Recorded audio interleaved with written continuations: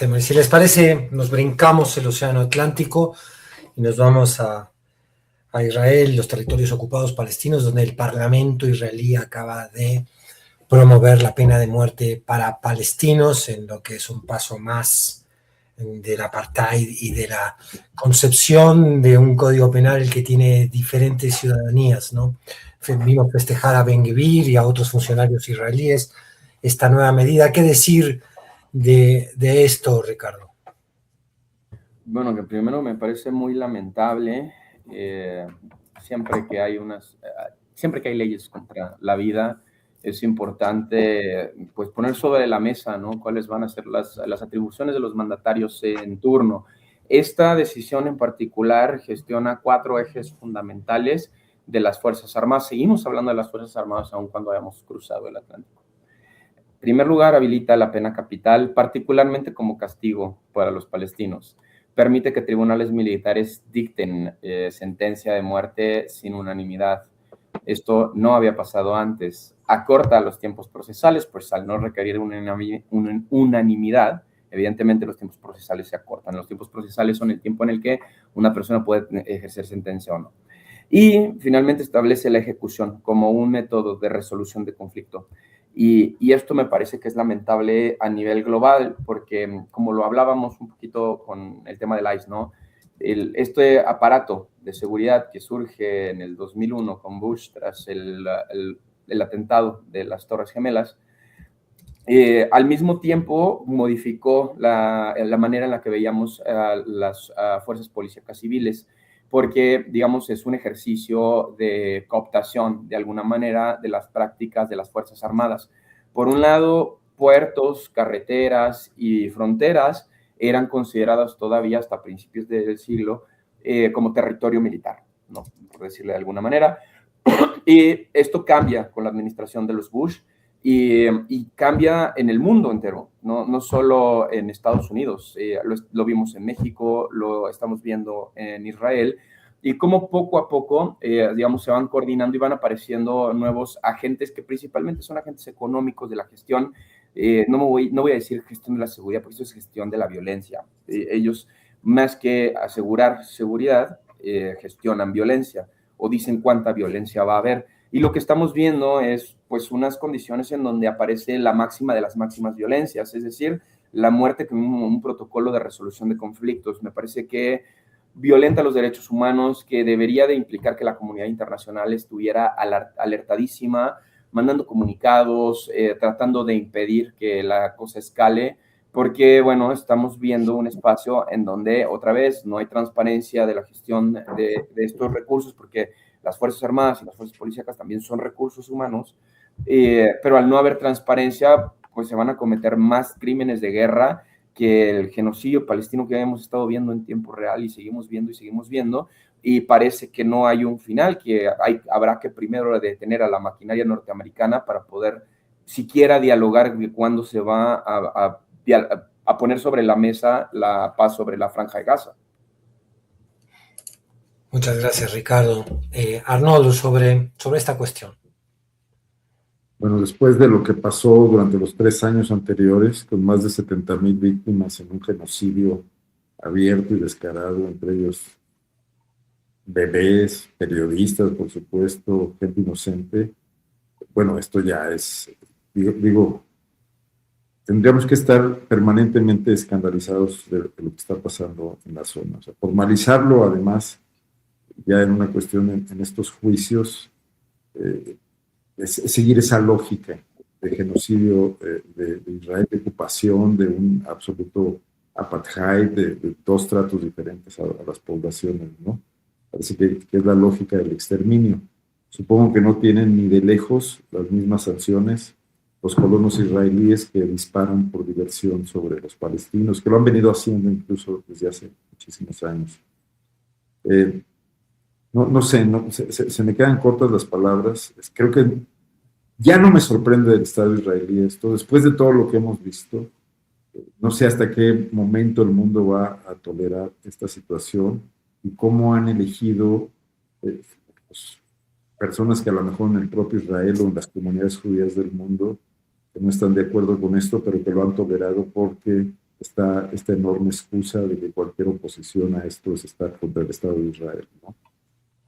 Sin palabras, ¿no? Sencillamente todo lo que ha venido pasando ahí, que además está siendo relegado por la situación de guerra con Irán ahora, donde además el ejército judío sigue bombardeando indiscriminadamente, todavía no sabemos. El ejército israelí, Arnoldo. Sí, perdón, ¿qué dije?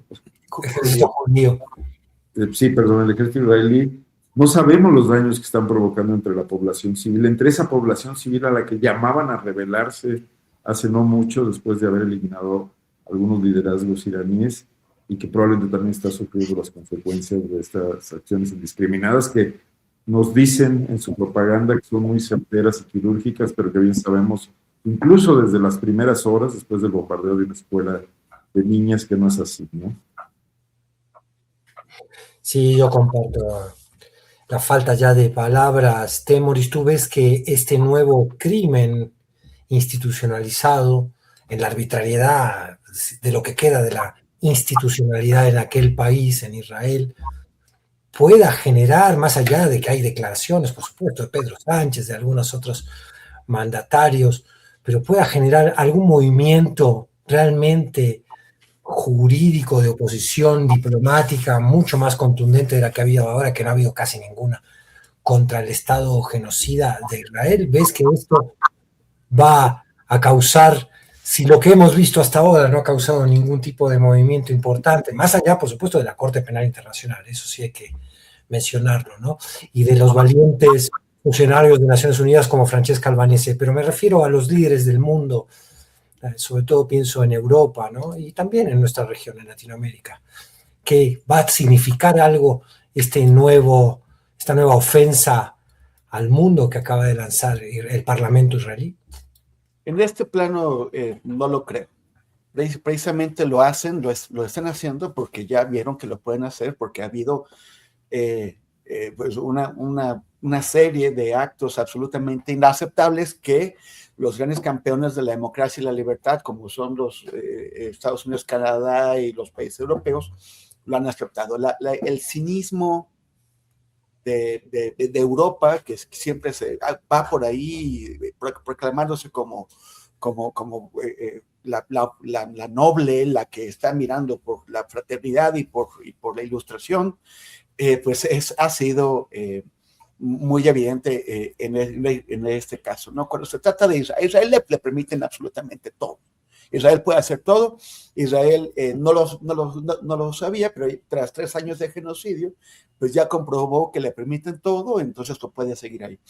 Israel ha vivido de la simulación y todos estos países que son sus aliados han sido parte de la simulación. Hace unos meses destituyeron y empezaron a perseguir a una generala del ejército de Israel, que se apellida Tomer Yerushalmi, que era la fiscal general militar. Esta mujer, como fiscala, intentó someter a juicio, meter a proceso a un grupo de militares que en un centro de detención para palestinos que se llama Sde Teiman habían cometido pues muchísimos asesinatos y violaciones de derechos humanos, e incluso tenía un video de cámaras de seguridad en el que se ve cómo aíslan y violan con una barra de metal a un preso palestino. Esto quedó registrado en video. Y ella los quiso someter a juicio. Se hizo un escándalo, terminaron destituyéndola y ahora está bajo presión, acusada de traidora. Cuando ella dice, es que tenemos que procesar a alguien, porque de eso vive el sistema judicial israelí, de la simulación, de que de 50 crímenes que cometen los israelíes contra los palestinos, enjuician a uno.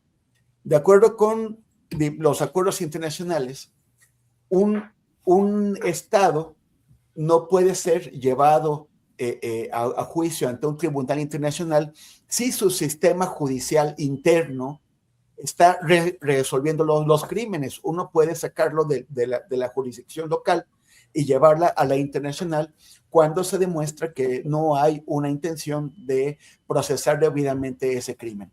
Entonces ellos durante décadas han estado haciendo toda esa simulación, simulación de democracia, simulación de ganas de alcanzar la paz, simulación de justicia igual para todos.